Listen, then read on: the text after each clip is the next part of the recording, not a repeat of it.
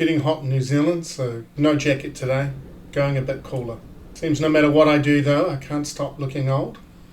As my daughter pointed out to me yesterday, she said that one of my videos came up on her screen and she quickly flicked past it. One of her friends noticed and said, "Hey, was that your dad?" She said, "No, it's just some random old guy." I was like, "Is that what you said?" She said, "Yeah, well, I don't want to be seen watching videos of grey-haired old men." Great. There's no helping it. In the last video I put up, I showcased this photo, my favourite photo. Big story behind that photo. What I failed to do was acknowledge the carver. He is in the photo as well. All I did was I pointed me out, and I thought the image itself implied that that was the carver that I was talking about. I didn't make a point of stating that. So, to recap, the first book I ever wrote was called The Wooden Fish, and it was about a boy who goes to see his uncle and he carves a wooden fish for his father. That story was influenced by my interaction with a Fijian carver named Sakapo. I guarantee I'm not pronouncing the word correctly. It was Sakapo, Sakapo. Growing up, I had this wealthy uncle who did a lot of travelling. And one day he convinced my mum and dad to take us kids, with his kids, to Fiji. It was very exciting. My parents worked for it and we ended up going to Fiji. Now I was alienated in my family. I was the scapegoat, the black sheep. My family had a lot of issues and apparently I, as a child, was to blame. So on this trip to Fiji, I was 12 years old and I met this carver, Sakapo. We were on a boat going from the mainland to an island, to a resort called, I think it was Castaway Island. And on the way over, I was up the top of the ferry with my older cousins, and I think my brother and my sister were there as well. And they were having a good time, playing around, having fun. I was standing at the railing, looking out at the sea, watching it all. You know, it's very magical being in a new place. And I turned around, and there was this Fijian elder on the boat. He was sitting tall there in his seat right across the other side of the boat, and he was watching me. I paid it no mind. I was a kid. I just continued doing what I was doing. But every time I looked around, he was watching me, studying me. As a kid, I was always seeking affirmation. I was talking about this with my daughter just last night. I said, well, when you were born, you were affirmed all the way through your childhood, right up until now. Some children, such as me, were not affirmed. It's when your parents acknowledge you, show you that you are loved and that you are wanted and that you are supposed to be here. Now, kids who get that have confidence and are real go-getters. They get out there into the world and really achieve. They have a lot of resilience and a clear idea of who they are. Setbacks, bumps in the road in life, don't hold them back. They can get over it pretty quickly and keep moving forward. Now, a child that hasn't been affirmed, well, it's all a bit harder for them. They don't have that confidence. They're not even certain that they can make a right decision. They don't even know what the right decision to make is. They don't feel okay in themselves because they have not been affirmed. A child that hasn't been affirmed can become needy and vulnerable, always seeking that approval, always wanting to know that they're okay. Basically, that they have a right to be here and exist. Those early years of a child's life are extremely important because that's where the affirmation is really supposed to come through, and where the child gets to understand that they are loved and treasured, know that they have a place in this world, and that no matter what happens, their parents have their back. A child that doesn't have that will struggle. If you're affirmed by your parents, that means it's easy for you to make relationships, try new things, step out of your comfort zone. In the future, when they become an adult, they're just going to excel. They're just going to go from one thing to another. The child that hasn't had that, the child that lacked that acknowledgement and that reassurance, are going to find it very hard to cope, especially when life gets hard. Very hard for them to take responsibility, to make choices. So here I am, 12-year-old boy, on this ferry.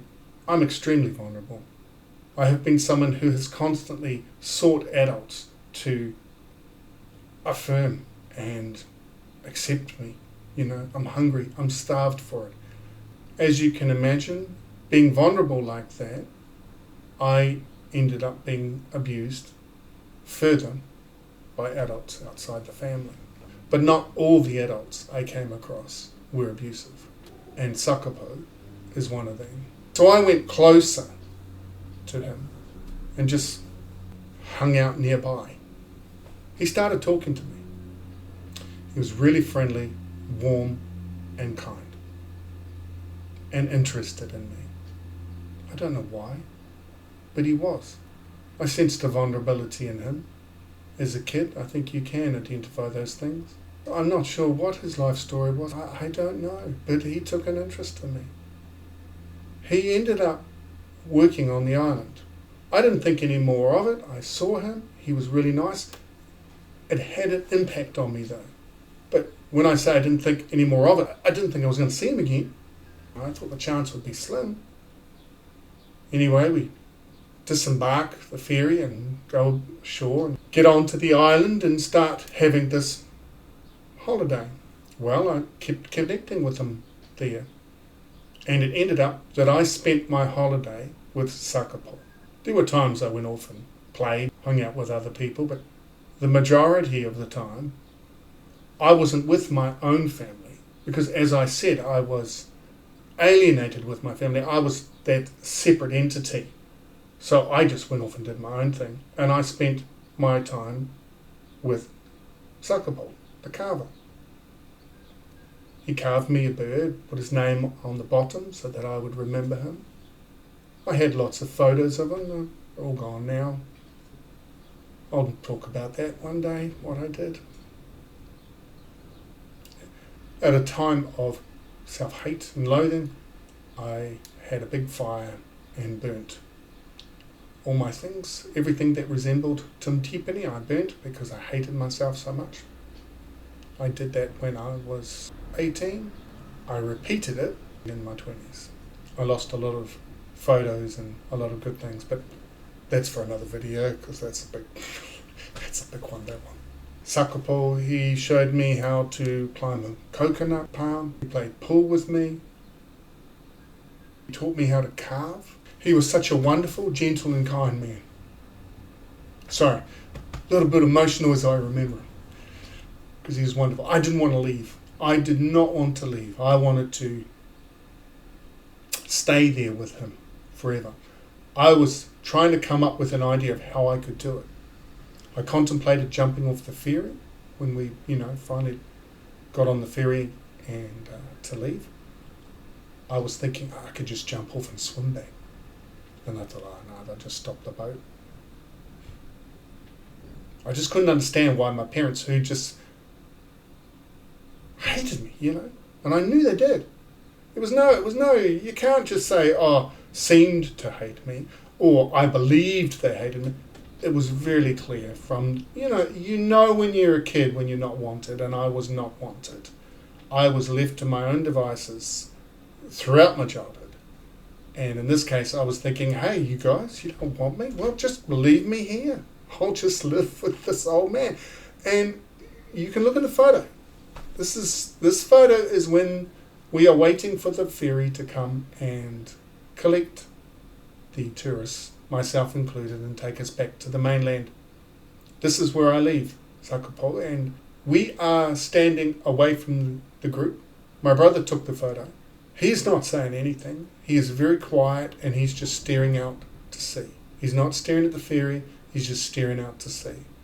And I'm just standing next to him, trying to work out how I'm going to say goodbye, but at the same time trying to work out, is there a way that I can stay with this man? Because this man seems to genuinely care about me and have my best interest at heart. And he did. He was just a wonderful, wonderful man. I would have happily lived in Fiji with him. My well-being was a concern for him. I think he saw the situation that I was in. And for whatever reason, like I said, I don't know his story. Maybe there is something he missed out on in his life in terms of kids or grandchildren. And maybe he saw something in me. It was like we were brought together.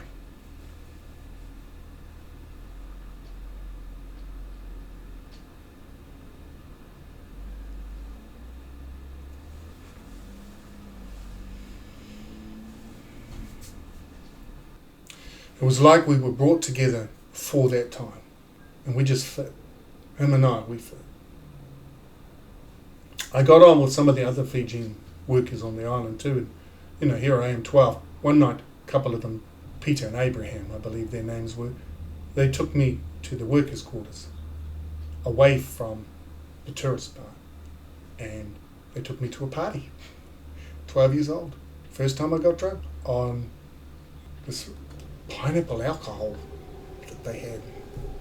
It's very nice, too easy to drink. But yeah, I got drunk. The workers later that evening, they took me back to the bungalow where I was staying with my uncle, brother and male cousins. Peter and Abraham weren't worried about my parents finding out. I mean, I was quite loud, being a young 12-year-old and drunk. But I was safe. Let's get that clear. They were really looking after me. They weren't worried about my family finding out. What they were worried about is Sakapo finding out. They were telling me, do not tell him, because he would be upset at them for getting me in such a state. That was Sakapo. I was deemed to be under his care, and they were worried about how he would react. So I wrote The Wooden Fish, my first book that I ever got published, for Sakapo, as an acknowledgement for what he gave me. It's amazing, isn't it? We were on the island for a week, if that. And this man had an impact on my entire life. I am so thankful and appreciative that he took that interest in me, that he looked after me. I know he wanted me to stay. I wish I had. I wish I had been able to. It'd be amazing what my life might look like if I had. However, I was supposed to come back and go through more difficult times and try and find my way through there. But he has been a part of my life all this time. Still is, as you can see. But I'm getting old, my daughter says. And he still has a huge part in my life. I hope he did well. Him and his family. Look what it led to. I became a writer from that book. That's the book I got published. I became a writer from that. Wow. Indebted. I'm indebted to him for what he gave me in such a short time. He affirmed me. He gave me what my parents couldn't give me throughout my whole childhood. He gave me in just a few days. Of course, I needed more, but I'm thankful for having connected with him. Love and the utmost best wishes to him and his family. The Wooden Fish can be found in libraries. We've been out of print for quite a while. You might be able to buy a copy online from somewhere, second hand. It's a story that I read though when I go to schools. It's a precious book to me. Best wishes to you. Like, share and subscribe. Talk soon.